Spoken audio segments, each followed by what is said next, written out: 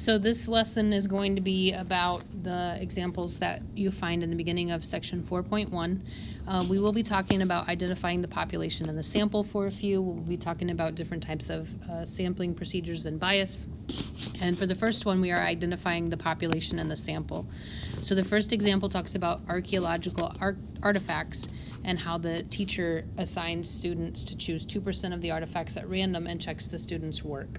So in this case, the population is the total collection of artifacts, while the sample is the 2% of artifacts from the total collection. When we look at a department store that mails out customer satisfaction surveys to people, they survey people who make credit card purchases at the store. This month, 45,000 people made credit card purchases, and they mailed them to only 1,000 of these people chosen at random, and 137 people returned the survey. The population then would be the 45,000 credit card purchasers are the population. That's everyone who did what we are interested in knowing about. And while the 1,000 is the sample that they actually mailed these surveys out to, only 137 people returned them. That's the only information they were able to collect. So the 137 surveys returned become the actual sample.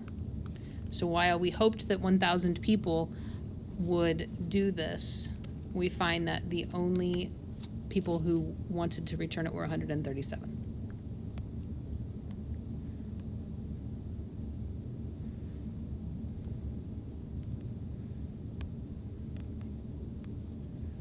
Okay.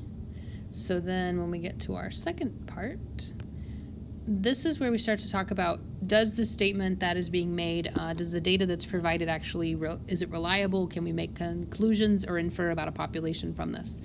So for number 3, we are looking at a congresswoman. There were 1,128 letters that were received on an issue about insurance for nursing home care, and 871 of those opposed the legislation. So she said, "I'm surprised that most of my constituents oppose the bill. I thought it would be quite popular. Are you convinced that a majority of the voters oppose the bill? How would you explain that statistical issue to the congresswoman?" So while we can look at this and say that 1,128 divided by 871 is about 77%, we are not able to say that the majority of the constituents oppose the bill, because only people who feel strongly about the issue respond. And so that can be one of two ways. It's either that they really like the issue or they really don't like the issue, but we are looking at the proportion of letters being probably not a fair representation of the attitudes of everyone, only those that feel strong about what is happening. Even though it's 77%, that's just a small group, a small part of all of her constituents that are out there in the area. And then on number 4, we are going to look at, in June of 2008, Parade Magazine posed the following question: should drivers be banned from using cell phones? And readers were encouraged to vote at parade.com. The July 13, 2008 issue of Parade reported the results were as follows. So 85% said yes, 15% said no.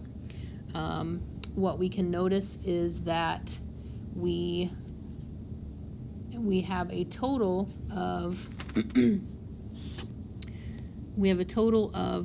100, because we have 85 plus 15, and that does in fact equal 100, so there's not anybody else extra out there. What type of sample did the Parade survey obtain? They just wrote out there in the magazine. So this would be a case of something that is a voluntary response sample. So this is a voluntary response sample. And explain why this sampling method is biased. Is 85% probably higher or lower than the true percent of all adults who believe that cell phone use while driving should be banned? And then why?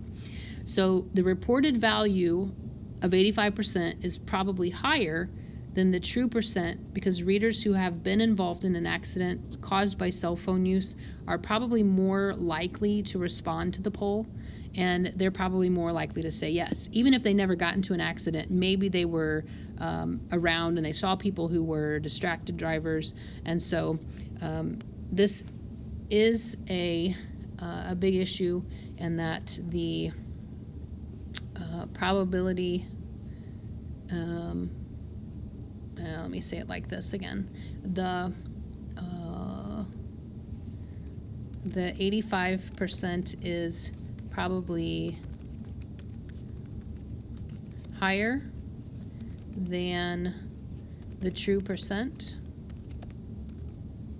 of all adults who believe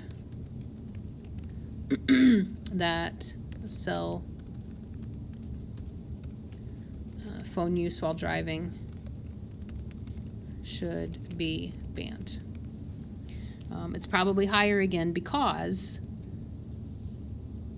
we have sampling bias coming from people who